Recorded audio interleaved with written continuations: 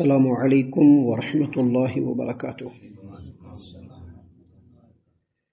اعوذ باللہ السمیع العلیم من الشیطان الرجیم من ہمزہ ونفخہ ونفثہ۔ بسم اللہ الرحمن الرحیم۔ یا ایہا الذین آمنوا لیستأذنکم الذین ملکت ایمانکم والذین لم یبلغوا الحلم منکم 3 مرات من قبل صلاة الفجر وحين تضعون ثيابكم من الظهيرة ومن بعد صلاة العشاء 3 عورات لكم ليس عليكم ولا عليهم جناح بعدهن طوافون عليكم بعضكم على بعض كذلك يبين الله لكم الآيات والله عليم حكيم۔ معزز سامعین کرام،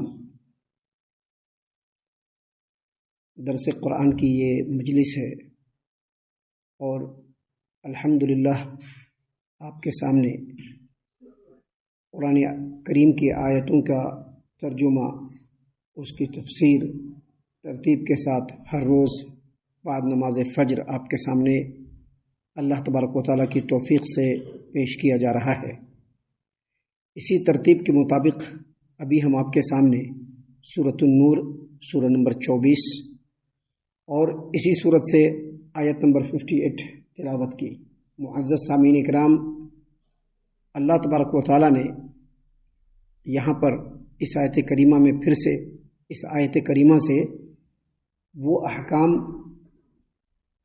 اور اصول اور ضابطہ اللہ نے بیان فرمایا ہے یہاں سے اس آیت کریمہ سے، جو اس صورت کریمہ کا اصل موضوع ہے، کیونکہ ہم نے اس صورت کریمہ کے آغاز میں ہی بتلا دیا تھا کہ اس صورت کریمہ میں اللہ تبارک و تعالیٰ نے وہ آیات نازل فرمائی ہے جن میں اسلامی اور انسانی سماج و معاشرے کے لیے جو قانون ہونا چاہیے، جو رول ہونا چاہیے، جو اصول ہونا چاہیے، جو ضابطہ ہونا چاہیے، جو اسلامی سماج و معاشرے کو تمام معاشروں سے بالکل منفرد بنائے اور سماج و معاشرے میں امن و امان بالکل بحال ہو جائے، ایسے احکام اللہ تبارک و تعالیٰ نے نازل فرمائے ہیں۔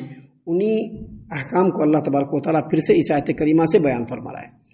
دیکھیے، اللہ تبارک و تعالیٰ نے آیت کریمہ کا جو آغاز فرمایا یا ایھا الذین آمنوا، اور قرآن کریم کے اصول تفسیر میں یہ بھی ہے کہ جن آیتوں میں اللہ تبارک و تعالیٰ یا ایھا الذین آمنوا کا ذکر فرماتا ہے، اس کے بعد اللہ تبارک و تعالیٰ ایمان والوں کے لیے کوئی قانون نازل فرماتا ہے، کوئی شرعی حکم نازل فرماتا ہے، کوئی اصل اور ضابطہ نازل فرماتا ہے۔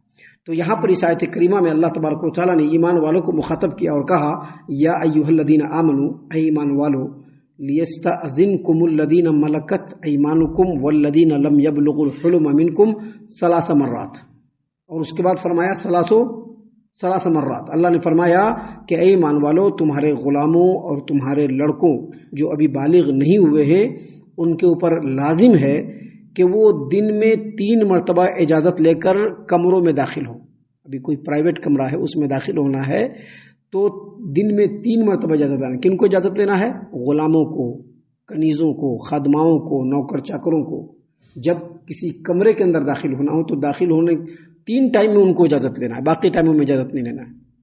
اللہ تبارک و تعالیٰ نے ان 3 ٹائموں کے بارے میں مزید تفصیل فرمایا۔ من قبل صلاۃ الفجر، نماز فجر سے پہلے اگر کسی کے کمرے میں داخل ہونا ہو تو اجازت لینا ہے۔ کن کو؟ بڑے لوگوں کو تو ہر وقت اجازت لینا ہے، جو بالغ ہیں ان کو ہر وقت اجازت لینا ہے، لیکن یہاں پر ذکر کن کا ہے؟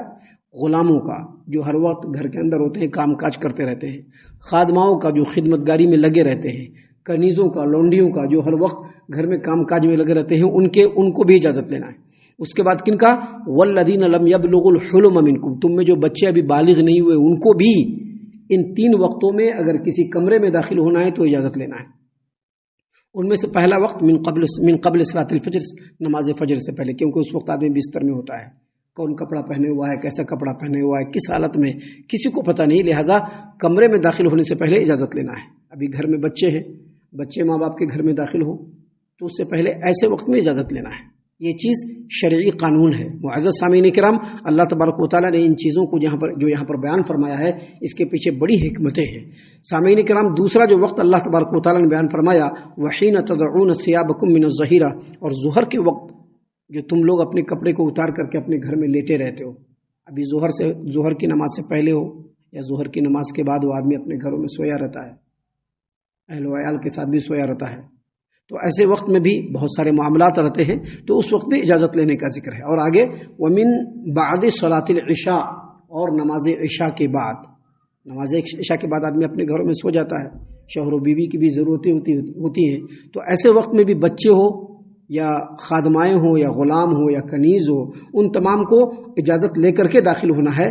آگے اللہ نے فرمایا ثلاث عورات لکم، ثلاث عورات لکم، یہ تین جو وقت ہے یہ پردے کا ہے۔ یہ جو عورات ہے، عورات یہ عورتن کی جمع ہے، یہ عورات عورتن کی جمع ہے، اور عورت ان الفاظ میں سے ہے جو دوسرے لینگویج میں اگر منتقل ہو، کنورٹ ہو، تو اس کا معنی بالکل الگ ہو جاتا ہے۔ فار ایگزامپل یہ جو عورات ہے، جو عورتن کی جمع ہے، یہ عربی لفظ ہے، لیکن جب اس کو اردو میں یوز کیا جاتا ہے تو کس چیز کے لیے یوز کیا جاتا ہے؟ مرد کے فیمیل کے لیے۔ مرد کا فیمیل کیا ہوتا ہے؟ عورت ہوتی ہے نا، لیکن یہ مرد کے فیمیل کے لیے یوز ہوتا ہے، مرد کے مؤنث کے لیے یوز ہوتا ہے، لیکن یہ جو عورت ہے جب عربی زبان میں یوز ہوگا تو اس کا مطلب ہوگا پردہ۔ کیا مطلب ہوگا اس کا؟ مطلب ائمہ لغت نے اپنی لغت کی کتابوں میں بتلایا ہے کہ عورت کہتے ہیں ہر اس چیز کو جس کا کھلا رکھنا یا کھلا رہنا یہ انسان کے لیے باعث ننگ و عار ہو، اور جس کا چھپانا بالکل ضروری ہو، یعنی پردہ، اس کو کیا کہتے ہیں؟ عورت۔ سامعین کرام، یہاں پر اللہ تبارک و تعالیٰ نے جو بیان فرمایا ہے، یہ عورت کا مطلب ہوتا ہے پردہ، پردے کی چیز جس کو چھپانا ضروری ہو، جس کا کھلا رہنا باعث ننگ و عار ہو۔ اور مرد کے لیے جو عربی میں لفظ ہے، مرد کے بالکل اپوزٹ میں جو فیمیل کے لیے جو عربی میں لفظ ہے وہ النساء۔ کیا ہے؟ النساء۔ النساء کا مطلب ہوتا ہے عورت۔ ان دونوں لفظوں کو اللہ تبارک و تعالیٰ نے قرآن کریم میں ایک ہی آیت میں بیان فرمایا ہے، اسی سورت کے آیت نمبر 31 میں۔ دیکھیے اللہ نے کیا فرمایا، اوِ الطفل الذین لم یظہروا علی عورات النساء، اوِ الطفل الذین لم یظہروا علی عورات النساء، یا وہ بچے جو ابھی بالغ نہیں ہوئے ہو، ابھی بچے ہوں، اور جو عورتوں کی پردہ پوشی کی باتوں سے ابھی ناواقف ہو، ایسی بچوں کے سامنے اگر عورت جو ہے بالکل سر سے کپڑا ہٹائے ہوئے یا دوپٹہ ہٹائے ہوئے تو کوئی دقت نہیں ہے۔ تو یہاں پر دیکھیے عورات النساء، عورات بھی یوز ہوا اور النساء بھی یوز ہوا، تو عورات یہاں پر پردہ کے معنی میں ہے اور النساء مرد کے فیمیل کے معنی میں ہے۔ تو یہاں پر جو اللہ تبارک و تعالیٰ نے عورات کا ذکر کیا ہے، یہ پردہ وہ چیزیں جس کو چھپانا ہے۔ معزز سامعین کرام، جو پردہ کے اوقات ہیں اس کو اللہ نے بیان فرمایا۔ یہاں پر ایک بات اور سمجھ لیجئے کہ عورت کا جو لفظ ہے عربی زبان میں ایسے گھر کے لیے بھی استعمال ہوتا ہے جو گھر غیر محفوظ ہو اور جس کی حفاظت بالکل ضروری ہو۔ جیسا کہ دیکھیے اللہ تبارک و تعالیٰ نے قرآن کریم سورۃ الاحزاب آیت نمبر 13 میں فرمایا وَيَسْتَأْذِنُ فَرِيقٌ مِّنْهُمُ النَّبِيَّ يَقُولُونَ إِنَّ بُيُوتَنَا عَوْرَةٌ وَمَا هِيَ بِعَوْرَةٍ، یعنی منافقوں کا ایک گروہ جو ہے نبی کریم صلی اللہ علیہ وسلم سے اس بات کو کہہ کر کے اجازت مانگ رہا ہے کہ ہمارے گھر غیر محفوظ ہیں۔ یہاں پر عورت کا جو لفظ ہے کس کے لیے آیا؟ ایسے گھر کے لیے جو غیر محفوظ ہو، جس کا حفاظت کرنا ضروری ہو۔ لیکن یہاں پر اللہ تبارک و تعالیٰ نے فرمایا ثلاث عورات لکم، ثلاث عورات لکم کا مطلب یہ ہے کہ یہ جو تین اوقات ہیں یہ پردے کے اوقات ہیں، جس وقت میں بچوں کو بھی اجازت لے کر کے داخل ہونا ہے، گھر کے نوکر چاکر کو بھی اجازت لے کر کے داخل ہونا ہے، غلاموں کو بھی اجازت لے کر کے داخل ہونا ہے، خادماؤں کو بھی اجازت لے کر کے داخل ہونا ہے۔ اور ان تین اوقات کا ذکر ابھی ہم نے آپ کے سامنے کیا۔ اصل میں اس آیت کریمہ کے اندر اللہ تبارک و تعالیٰ نے خلوت اور پرائیویسی کی اہمیت کو بتلایا ہے۔ ابھی ان اوقات میں کیا ہوتا ہے؟ مرد و عورت گھر میں ہوتے ہیں، بہت سارے معاملات ہوتے ہیں، کپڑے اترے ہوئے ہوتے ہیں، ایسے میں اگر بچہ چلا جائے تو بالکل مناسب نہیں ہوتا ہے، خود میں سبکی ہوتی ہے، ایک غلط میسج لوگوں میں جاتا ہے۔ لہذا اللہ تبارک و تعالیٰ نے ان حکموں کو جو بیان فرمایا ہے وہ اسی لیے بیان فرمایا ہے کہ ایسے وقت میں بچے بھی کسی کمرے میں اگر داخل ہو تو اجازت لے کر کے داخل ہو، غلام بھی داخل ہو تو اجازت لے کر کے داخل ہو، نوکر چاکر بھی داخل ہو تو اجازت لے کر کے داخل ہو، ایک فجر سے پہلے، دوسرا ظہر کے وقت میں، اور تیسرا رات میں عشاء کے بعد۔ اللہ نے آگے فرمایا لیس علیکم ولا علیہم جناح بعدہن طوافون علیکم بعضکم علی بعض۔ اللہ نے فرمایا کہ ان تین اوقات کے علاوہ اگر بچے یا غلام یا نوکر چاکر یا خادمائیں اگر بغیر اجازت کے داخل ہو جائیں تو ان پر کوئی گناہ نہیں، ان کو معاف کر دیا گیا ہے۔ لیکن یاد رکھیے بڑے آدمی کو کبھی بھی کسی کے گھر میں بھی داخل ہونا ہے تو اجازت لے کر کے داخل ہونا ہے. اگر آدمی گھر کے اندر لے جائے اور ڈائننگ روم میں بٹھائے تو کسی بھی کمرے میں بغیر اجازت نہیں جا سکتے, کسی بھی وقت نہیں جا سکتے. اگر اجازت دے کہ ہاں بھائی گھر کے اندر چلے آئیے اور ڈائننگ روم میں بٹھا دیا یا ہال میں بٹھا دیا, تو اب کسی کمرے کے اندر جھانکنا یا چلے جانا یہ شرعی اعتبار سے بالکل غلط ہے. اور ان 3 اوقات میں دوسرے لوگوں کو تو چھوڑ دیجئے, گھر کا جو بچہ ہے, اپنا بیٹا ہے, بیٹی ہے, چاہے وہ بالغ نہیں ہے, چاہے وہ بچہ ہے, چاہے وہ لڑکا ہے, چاہے وہ لڑکی ہے, چاہے خادمائیں ہیں, چاہے نوکر چاکر ہیں, چاہے غلام اور لونڈیاں ہیں, جو بھی ہو, سبھی کو ان 3 اوقات میں داخل ہونا ہے. تو اجازت لے کر کے داخل ہونا یہ شریعت کا قانون ہے, تاکہ سماج و معاشرے کے اندر پاکیزگی اور امن و امان بالکل برقرار رہے. ان 3 اوقات کے علاوہ گھر کے نوکر چاکر کو بھی, خادماؤں کو بھی, نوکرانیوں کو بھی اور نابالغ لڑکے اور لڑکیوں کو بھی بغیر اجازت کمروں میں آنے جانے کی اجازت ہے. کیوں اجازت ہے؟ کیونکہ ان کو ہمیشہ ضرورت پڑتی رہتی ہے ایک دوسرے سے. اب گھر کے خادم ہیں, نوکر چاکر ہیں, ان کو ہمیشہ کام کرنا ہے, اس گھر سے وہ سامان لانا ہے, اس گھر سے وہ سامان لانا ہے, اس گھر سے وہ سامان لینا ہے. اب اس کے لیے بار بار تو اجازت لینے نہیں جائیں گے. اللہ نے فرمایا طوافون علیکم بعضکم علی بعض, اللہ نے فرمایا کہ تمہیں ایک دوسرے کے پاس بار بار آنا پڑتا ہے. بچہ ہے, بچہ کو دیکھنے بار بار آنا پڑتا ہے, بچے کو بھی ماں باپ سے بار بار ضرورت پڑتی ہے. چھوٹا بچہ ہے, لڑکا ہے یا لڑکی ہے, تو بار بار آنا جانا ہوگا تو اجازت لینے کی ضرورت نہیں ہے. اور اگر ایسے حالت میں کوئی قابل اعتراض بات دیکھ بھی لیتا ہے تو ان کے لیے معافی ہے. لیکن ان 3 وقتوں میں نہیں جانا ہے. اور آگے اللہ نے فرمایا کذالک یبین اللہ لکم الآیات, اللہ تبارک و تعالیٰ اپنی آیتوں کو, اپنے احکام کو, اپنی ارشادات کو اسی طرح سے وضاحت کے ساتھ تمہارے سامنے بیان کرتا ہے. واللہ علیم حکیم, اور اللہ تبارک و تعالیٰ سب کچھ جاننے والا اور حکمت والا ہے. تو یہ ایک حکم تھا جس کو اللہ تبارک و تعالیٰ نے اس آیت کریمہ میں بیان فرمایا ہے.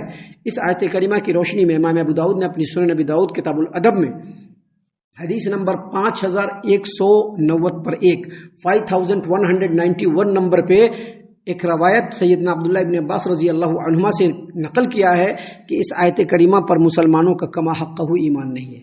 مسلمانوں کو چاہیے کہ اپنے گھروں میں جو ہے تعلیم دے, اپنے بچوں کو, اپنے خادماؤں کو, اپنے غلاموں کو, اپنے لونڈیوں کو, کہ ان اوقات میں اگر کمرے میں داخل ہونا ہے تو اجازت لے کر کے داخل ہو. اور وہ کہتے ہیں کہ میں نے اپنے لونڈی کو اس بات کی تاکید کر رکھی تھی کہ ایسے اوقات میں اگر میرے کمرے میں داخل ہونا ہو تو تم کو اجازت لے کر کے داخل ہونا چاہیے. تو اس سے یہ پتہ چلا کہ یہ جو حکم ہے گھر کے لیے, سماج و معاشرے کے لیے, رشتے ناتوں کے لیے بہت اہم ہے اور ہر ایک کی پاکیزگی کے لیے ہے. لہذا اس آیت کریمہ کے معنی اور مفہوم پر غور و فکر اور تدبر کرتے ہوئے اس پر عمل کرنے کی کوشش کی جائے. اللہ تعالیٰ سے دعا ہے کہ اللہ تعالیٰ ہم تمام کو ان تمام باتوں کے اوپر خوب غور و فکر اور تدبر کرنے کے ساتھ ساتھ ان باتوں پر عمل کرنے کی بھی توفیق عنایت فرمائے. آمین. اللہ تعالیٰ ہم تمام کو صحیح معنوں میں پکا سچا مومن مسلمان بنائے. اللہ اور اس کے رسول صلی اللہ علیہ وسلم کی اطاعت و فرما برداری کرنے والا بنائے. صحابہ کرام رضی اللہ عنہم کے طریقے پر چلنے والا بنائے. جنت الفردوس میں جگہ عطا فرمائے. اے اللہ ہم تمام کو جہنم سے پناہ دے. اے رب العالمین ہم تمام کو جہنم سے پناہ دے. اے مالک الملک ہم تمام کو جہنم سے پناہ دے. آمین یا رب العالمین. وما علینا الا البلاغ المبین. الذي نزل الفرقان على عبده ليكون للعالمين نذيرا